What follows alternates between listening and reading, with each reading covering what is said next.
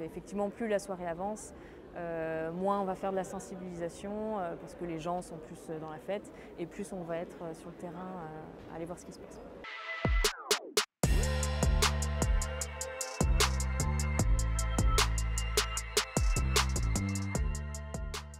Je m'appelle Anna Mérigeau, je suis cofondatrice avec Agathe Petit-Dupas de l'association Les Catherinettes qui lutte contre les violences sexistes et sexuelles en milieu festif. Et donc on propose de la formation auprès de structures qui organisent des festivals, des événements, des concerts, etc. On crée des outils, on accompagne à créer des outils et puis on fait de la présence sur le terrain. Alors les violences sexistes et sexuelles, elles sont nombreuses. On s'appuie sur la loi pour les définir. Donc il y a l'outrage sexiste, c'est à peu près tout ce qui relève du harcèlement de rue, du harcèlement sexuel de rue. On va avoir le harcèlement sexuel, donc qui va être le fait de répéter des agissements sexistes. Et puis on va avoir les agressions sexuelles. L'agression sexuelle, elle peut être physique ou non, et quand elle est physique, elle se définit quand ça touche la bouche, la poitrine, le sexe, les fesses et les cuisses. Donc ça c'est très présent en festival, notamment avec les frotteurs. Il y a ce qui va être appelé baiser volé, qui en fait n'est pas un baiser volé mais bien une agression sexuelle. Et puis donc il y a aussi le viol, donc dans la loi française ça va être la pénétration, donc à différents endroits et pas forcément avec le sexe. Donc ça c'est moins présent en festival dans la foule, mais par contre quand il y a des campings c'est quelque chose qui peut être présent.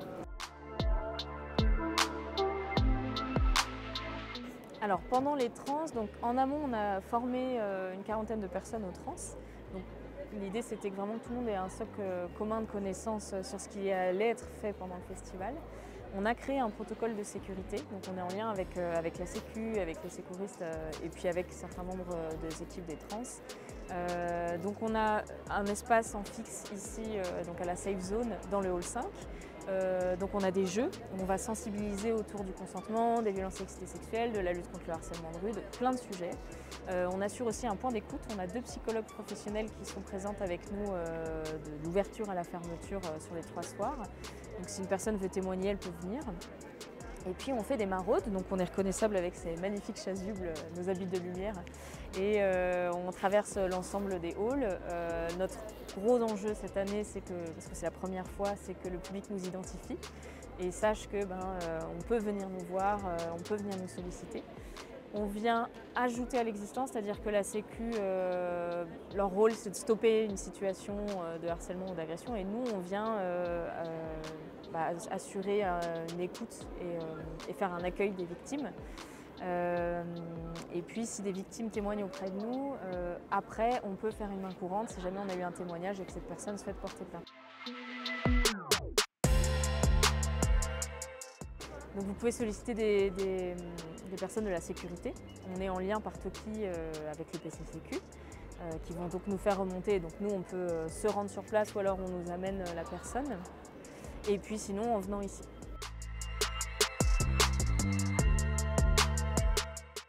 On a fait en sorte d'avoir entre 2 et 3 personnes en fixe et en maraude en permanence. Et donc on a identifié des zones à risque. Et donc on est là, parfois il ne va rien se passer et puis parfois on va voir des choses, on va venir voir les gens, s'assurer que les personnes vont bien. On va aussi tout simplement leur dire si jamais vous avez un souci vous pouvez venir nous voir, donc il y a vraiment quelque chose de très informatif à dire qu'on est là.